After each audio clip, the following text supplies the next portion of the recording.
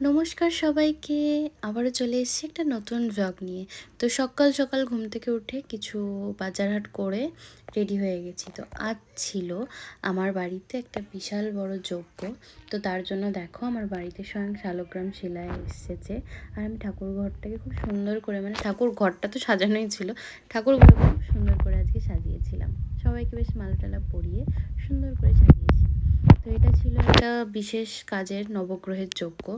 তো তার জন্য সবাই আর কি রান্না বান্না সব যে যার কাজে লেগে আছে।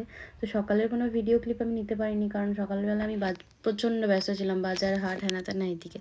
তো এখানে মামি ওই কাবলি ছোলার ঘুগনির সব রান্না বান্না চলছে। আর হবে পনিরের তরকারি আর লুচি, যেহেতু যারা এসছেন ওনারা কেউ চাল খায় না, তাই লুচি হবে। তো এখানে মামি মারা সব হাই বাই এসব করছিল, আর মা ধুচ্ছিল বাসন, মানে টুকটাক আর কি কড়াই টড়াই রান্না বসাবে তাই আর কি ধুয়ে দিচ্ছিল। তো এখানে সব বাবারা আর কি কাজে বসেছেন, মানে সব জোগাড় জান্তিতে। এখানে জোগাড়ে যেহেতু আমাদেরকে লাগবে না তাই ওনারাই করছেন। এখানে নতুন একজন পাঞ্জাবি পরে বিশাল তার ঘোরাঘুরি চলছে, তার বোনের দেওয়া পাঞ্জাবি, মানে আমার সখী তো তার দেওয়া। আর এখানে মিশ্রি ও দাদু মানে সবাই মোটামুটি বসে আর কি জোগাড় যন্ত্র এসব দেখা দেখি হচ্ছে। তো সেদিনটা যেহেতু আমি আর বাদশাই একমাত্র উপোস ছিলাম, তো বাকি সবাই খাওয়া দাওয়া করছিল, কারণ বাকি সবাই কেন না খেয়ে থাকবে। তো লুচি তো তখন অবধি হয়নি, তাই সবাই মুড়ি চপ নিরামিষ এইসব খাচ্ছিল। আর বাড়ির বাইরেটা দেখো কি সুন্দর, মানে আমি আর কি ফুল টুল মালা টালা দিয়ে সাজিয়েছি। তো তারপরে আমার বাড়ি থেকে গীতা, শালগ্রাম শিলা আর আমার গোপালকে যজ্ঞতে বসানো হয়েছিল। তো গোপুকে সেদিন খুব সুন্দর করে রেডি করেছিলাম, সেটা তোমরা দেখতে পেলে। আর এটা যেহেতু গোপু আসার পর আমার বাড়িতে প্রথম যজ্ঞ, ইনফ্যাক্ট আমার বিয়ে হওয়ার পরেও এটা প্রথম যজ্ঞ, তাই সবাইকে আমি আর কি খুব ভালোভাবে যা চাইছিলাম যে নিষ্ঠা সুস্থভাবে হোক, আর তাই সেটাই হয়েছে। তো দেখো আমার গোপুকে কত সুন্দর দেখতে লাগছে, আর গোপু আজকে যজ্ঞে বসবে এটাতে আমি ভীষণ এক্সাইটমেন্ট ছিলাম। তো এখানে আমি ওই আমাদের যে বাড়ির কুলপুরোহিত আছে আর কি, জেঠু, বলরাম জেঠু, আমি তার হাতে গোপুকে দিয়ে দিলাম। আর এখানে ওনারা সব কিছু আর কি রেডি করছিল। তো রেডি করতে করতে প্রায় হয়ে গেছিলো 11টা, সাড়ে 11টার মতো। আর এদিকে ওইদিকে শিব, মানে বাবা ভোলেনাথ, এদিকে মা চণ্ডী, মা দুর্গা এসব আর কি সব যজ্ঞতে যা যা লাগে তাই তাই হচ্ছিলো। তো এখানে দেখো মিষ্টির অবস্থা দেখো, বসে বসে নিজের হাত নিজেই কামড়াচ্ছে, মানে কিছু বলার নেই জাস্ট। তো তারপরে সবাই আস্তে আস্তে এসেছিলো, আমার কাকি শাশুড়িরা এরা সব, দিয়ে সবাইকে আর কি টিপ দিচ্ছিল। ওটা আমাদের নেওয়া হয়ে গেছিলো, সেই ভিডিও নেওয়া হয়নি আমার। মানে আমি কি বলছি, আমি সেদিন এত ব্যস্ত ছিলাম যে আমি যে ভিডিও ক্লিপগুলো নিতে পেরেছি এটা অনেক। তারপরে ওই বাবা আমাদের হাতে, দুজনের হাতে দুটো সুতো বেঁধে দিয়েছিল। তো এখানে পুজো মোটামুটি শুরু হয়ে গেছে। যেহেতু আমি আর বাচ্চা উপোস ছিলাম তাই আমাদেরকে পুজোতে বসতে হতো। আমরা কিছুক্ষণ বসেছি, তারপরে ওনারাই করেছে। আর এই বাবা পেছনে একজন যে আছেন উনি সমানে জব করে যাচ্ছেন। ওনার নিষ্ঠা ভক্তি দেখে আমি সত্যিই মুগ্ধ হয়ে গেছি। উনি কন্টিনিউ প্রায় 4.5-5 ঘন্টা ধরে পুজো যজ্ঞ হয়েছে, উনি কন্টিনিউ ওইভাবেই বসে জব করে গেছেন। সত্যি সেদিন ঘরটায় মনে হচ্ছিলো একটা পজিটিভ ভাইবস কাজ করছে, এতটা ভালো লাগছিল। আমি কন্টিনিউ পুজোতে বসেছিলাম, আমার জানি না কেন উঠতেই ইচ্ছে করছিল না।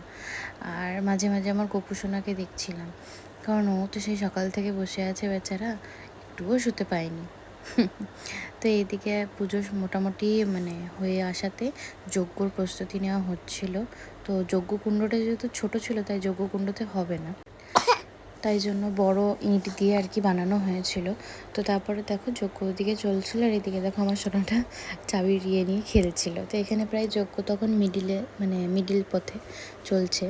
আর যজ্ঞটা এত সুন্দর হচ্ছিল, ওনারা মানে একসাথে এত ভালোভাবে মন্ত্রটা বলছেন যে কি বলবো, মানে মনে হচ্ছিলো বাড়িতে যে কি একটা হচ্ছে বলে বোঝাতে পারবো না ফিলিংসটা তোমাদেরকে।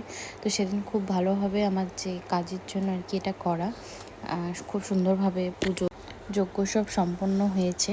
তো তারপরে টুকটাক অনেক কাজ ছিল, যেমন মানে এই যে যজ্ঞটা হয়েছে, এই যজ্ঞটা আমাকে এই যা কিছু আর কি পুজোর যা কিছু দেখতে পাচ্ছ এখানে, সেদিনই আমাকে সব বিসর্জন করে দিতে হয়েছিল। তো এখানে যজ্ঞ চলতে চলতে মিডিলে মানে বাদশা আর কি লাইটটা অফ করে দিয়েছিল, বলেছিল দেখো মানে ভাইবসটা আরও সুন্দর কাজ করবে। তো সত্যিই দেখো মানে কি দারুণ যে লাগছে কি বলবো, মানে লাইট অফ হওয়াতে পুরো যজ্ঞেরই আগুনে পুরো বাড়িটা মানে একদম আলোতে আলো হয়ে গেছিলো। তো এখানে মানে যজ্ঞটা অনেকটাই বড় ছিল, তো পুরোটা তো তোমাদেরকে দেখাতে পারবো না, তাই ছোটো ছোটো ক্লিপ নিয়েই আর কি দিই। তো এখানে শেষ, তারপর ওই লাস্টে যেটা দেওয়া হয় আর কি জল, গঙ্গা জল, দুধ এসব আর কি দেওয়া হচ্ছিল। তো এই ধোঁয়াটা প্রচণ্ড আর কি চোখে লাগে আর কি, চোখ খুব জ্বালা করে, তো কিছু করার নেই। আমি ওখানে বসেছিলাম আর বসে ভিডিওগুলোও নিচ্ছিলাম, কারণ তোমাদের সাথেও আমাকে শেয়ার করতে হবে জিনিসগুলো। তো এখানে সব শেষ হওয়ার পর আরতি করা হচ্ছিল সবাইকে। তো আমিও এখানে অল্প কিছুই ক্লিপ মানে ভিডিও ক্লিপ নিয়েছি, কারণ আমিও একটু আরতিতে শঙ্খ এসব বাজাচ্ছিলাম, তো তাই জন্য এখানে কীর্তনের জন্য এইসব আর কি বেশ ভালো লাগলো। সেদিন দিনটা খুব ভালোভাবে কাটলো। এখানে আমার গোপুসোনা আছে, ওইদিকে শিব আছে, গীতা আছে, সব কিছুই আছে। তো আরতিটাও খুব সুন্দরভাবে হলো বাড়িতে। তো দেখো তারপরে এখানটা সব কিছু পরিষ্কার করে দেওয়া হলো। তো ওজিকেও এদিকে নিয়ে চলে আসা হয়েছে, কারণ ওজি সারাদিন বাইরে ছিল বাগানে আর কি। তো এখানে কেউ দেখো এত সুন্দরভাবে পরিষ্কার হয়েছে যে কেউ বলবেই না যে এখানে এত বড় একটা যজ্ঞ হয়েছিল। দেখো আমাদের ওজি, এখানে অজুকে আমরা নিয়ে এসেছি। তো অজুর সাথে আমি একটু আদর করছিলাম, ওকে একটু ভালোবাসছিলাম যে আহারে বাচ্চারা সারাদিন বাইরে ছিল। তো এখানে এই দিকটা পরিষ্কার হয়ে যাওয়ার পর এই দিকগুলো সব পরিষ্কার হচ্ছিল। এখানে মা ঝাড় দেওয়া হচ্ছিল, মা আর দুই মাই আর কি কাজে লেগে পড়েছিল। আর এখানে ভাই আর মানে আমার বেটু মিশ্রি ওরা ঘুমাচ্ছিল। তো আমি আর বাবা গেছিলাম যজ্ঞের ওইসব জিনিসগুলো ফেলতে। তো ফেলে এসে সত্যি হাঁপিয়ে গেছিলাম সেদিন। তো চলো দেখা হবে আবার নেক্সট ব্লগে। আজকের মতো টাটা।